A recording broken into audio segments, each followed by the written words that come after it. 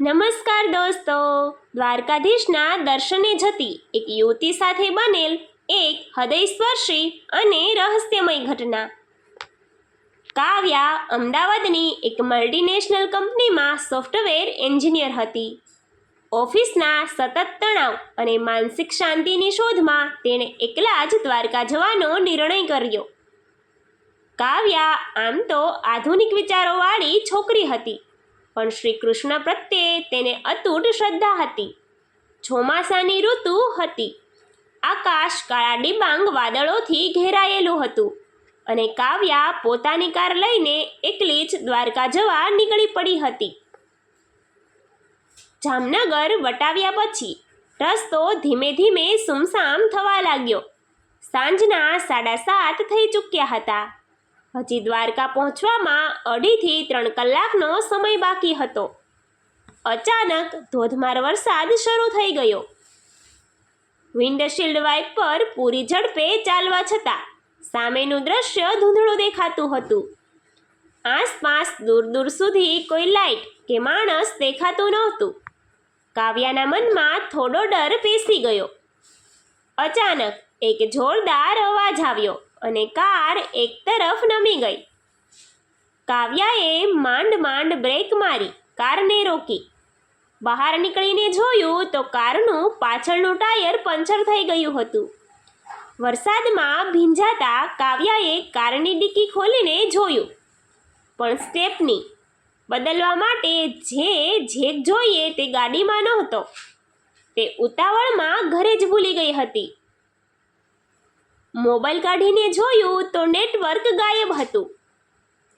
સુમસામ highway, ધોધમાર વરસાદ, અંધારી રાત અને એકલી યુવતી કાવ્યા ખરેખર ગભરાઈ ગઈ.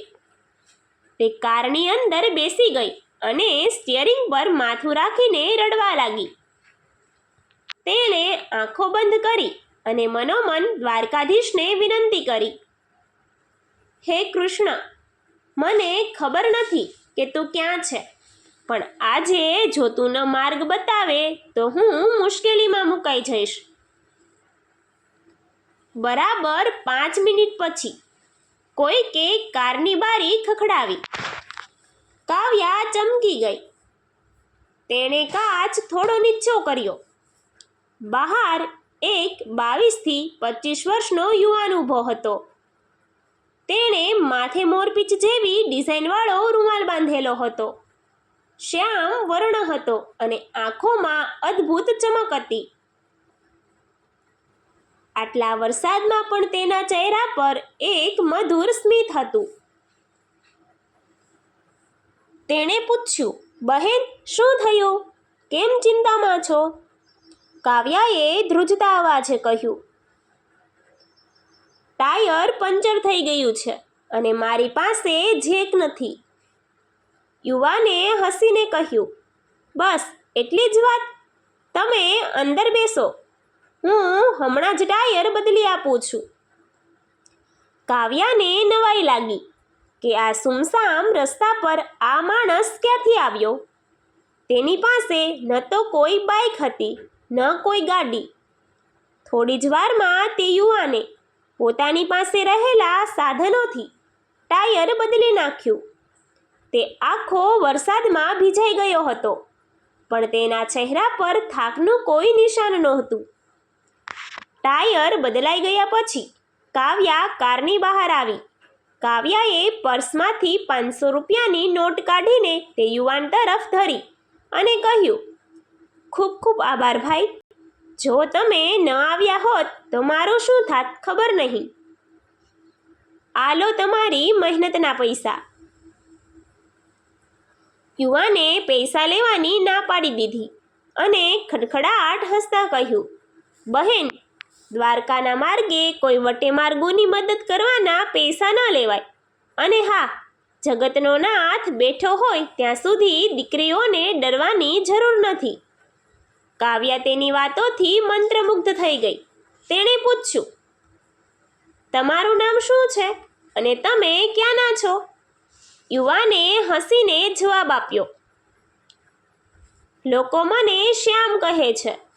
હું અહીં આજુબાજુના ગામડાઓમાં જ ફરતો રહું છું. જ્યાં કોઈ મુશ્કેલીમાં હોય ત્યાં પહોંચી જવું મારો સ્વભાવ છે.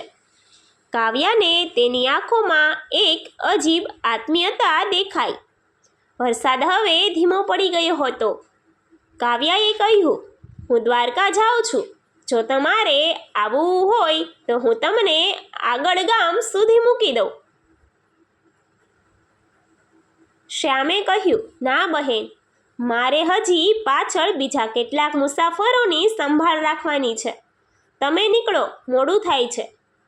દ્વારકાધીશ તમારી યાત્રા સફળ કરશે. કાવ્યા કારમાં બેઠી અને કાર ચાલુ કરી.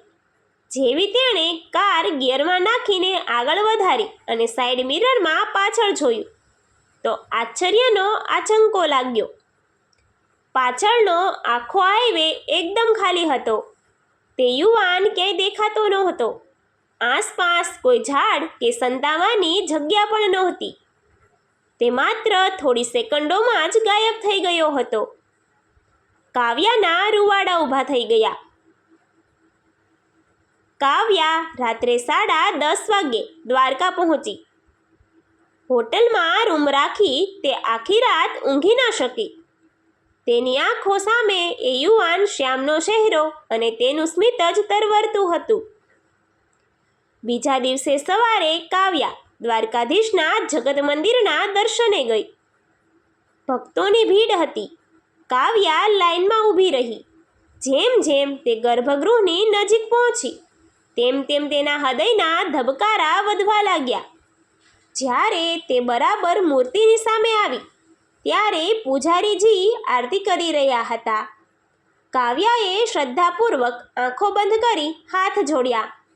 પણ જેવી તેણે આંખો ખોલીને કાળિયા ઠાકોરની મૂર્તિ તરફ જોયું તો તેના પગ નીચેથી જમીન સરકી ગઈ. મંદિરમાં બિરાજમાન શ્રી કૃષ્ણની મૂર્તિની આંખો બિલકુલ એ જ અજાણ્યા યુવાન જેવી હતી જે ગઈકાલે રાત્રે હાઈવે પર મળ્યો હતો. એટલું જ નહીં, મૂર્તિના ચહેરા પરનું એ જ સ્મિત હતું જેણે કાવ્યાની ચિંતા દૂર કરી હતી. કાવ્યાની આંખોમાંથી અશ્રુધારા વહેવા લાગી. તે સમજી ગઈ કે ગઈકાલે રાત્રે મુશ્કેલીના સમયે તેની વહારે બીજું કોઈ નહીં પણ ખુદ દ્વારકાધીશ આવ્યા હતા. તેણે ત્યાં જ સાષ્ટાંગ પ્રણામ કર્યા. હવે તેનો ડર, તેનો તણાવ બધું જ ઓગળી ગયું હતું. તેને સમજાયું કે શ્રદ્ધા સાચી હોય તો ભગવાન આજે પણ ભક્તની રક્ષા માટે દોડી આવે છે. દ્વારકાની આ યાત્રા કાવ્યાના જીવનની સૌથી અવિસ્મરણીય અને દિવ્ય ઘટના બની ગઈ. જય જય દ્વારકાધીશ. Thank you.